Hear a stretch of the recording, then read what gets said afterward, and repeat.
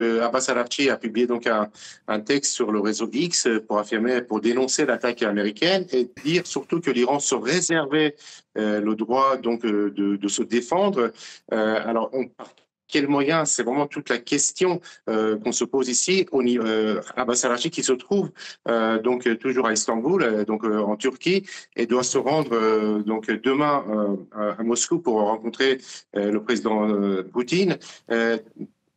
À Téhéran même, donc il n'y a pas encore de réaction de la part du gouvernement ou d'autres responsables ici présents donc en Iran. La question est de savoir si l'Iran va riposter ou pas. C'est toute la question. Hier, dans un entretien qui a été accordé à une télévision iranienne basée à l'étranger, l'ancien commandant de la force CENTCOM des États-Unis conseiller à l'actuel guide suprême iranien, de l'ayatollah Khamenei, de faire la même chose que son prédécesseur à la fin de la guerre Iran-Irak, en 1988, et de boire, à l'époque, c'est ce qu'on avait, c'est le terme qui avait été choisi, le calice amer ou le calice empoisonné, en acceptant la résolution 598 du Conseil de sécurité des Nations Unies et mettre fin à la guerre entre l'Iran et l'Irak dans des conditions assez difficiles pour l'Iran à l'époque.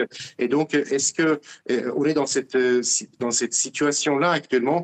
Est-ce que les autorités iraniennes, le guide suprême, vont accepter donc ce que leur demande le président Trump, c'est-à-dire la paix? Alors la paix, c'est un terme assez vague. Quelles sont les conditions exigées par les États-Unis pour mettre fin aux attaques israéliennes, mais aussi américaine? Ça, on ne le sait pas, mais sans aucun doute, il y a donc l'arrêt de l'enrichissement d'uranium, une réduction des capacités balistiques de l'Iran. Les missiles iraniens ont une capacité de 2000 km actuellement, et donc très clairement, les États-Unis demandent, mais aussi les pays européens, Israël également, demandent que l'Iran réduise ses capacités balistiques également, et puis mettre fin à son soutien à tous les groupes dans la région, c'est-à-dire le Hezbollah, le Hamas, les Houthis au Yémen. Et donc, est-ce que l'Iran va accepter ces conditions pour un cessez-le-feu et une paix? C'est toute la question qu'on se pose ici. Et donc, il y a beaucoup d'inquiétudes en Iran sur qu'on entre dans un engrenage et qu'il y ait des frappes encore plus lourdes de la part des États-Unis, mais aussi de la part d'Israël.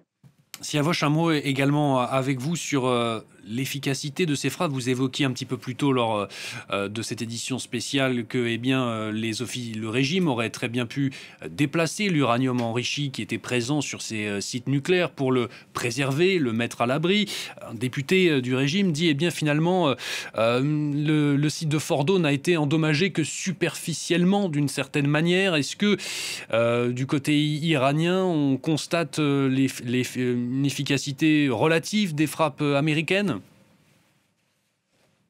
Pour l'instant, personne ne sait exactement ce qui s'est passé réellement, en particulier dans le site de Fordoux, qui est enfui à plusieurs dizaines de mètres sous la montagne, 100 mètres, voire même plus, si on se réfère aux déclarations de Raphaël Grossi, qui a donc visité ces différents sites de Natanz et de Fordoux.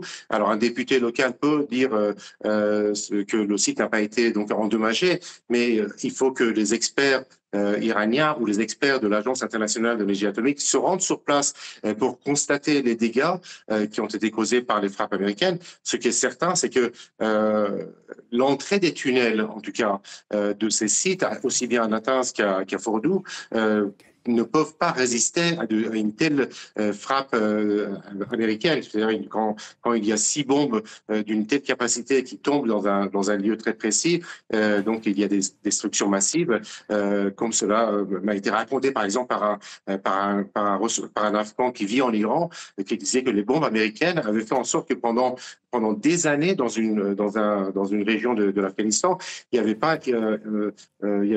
n'y avait aucune vie qui existait dans dans une montagne qui avait été frappée par les Américains. Donc on est dans cette figuration. Est-ce que et personne ne peut le dire quels ont été les dommages causés, mais en tout cas ce qu'on peut estimer, c'est que ce sont des dommages très importants, puisque le président Trump parle de destruction donc de ces 3 sites.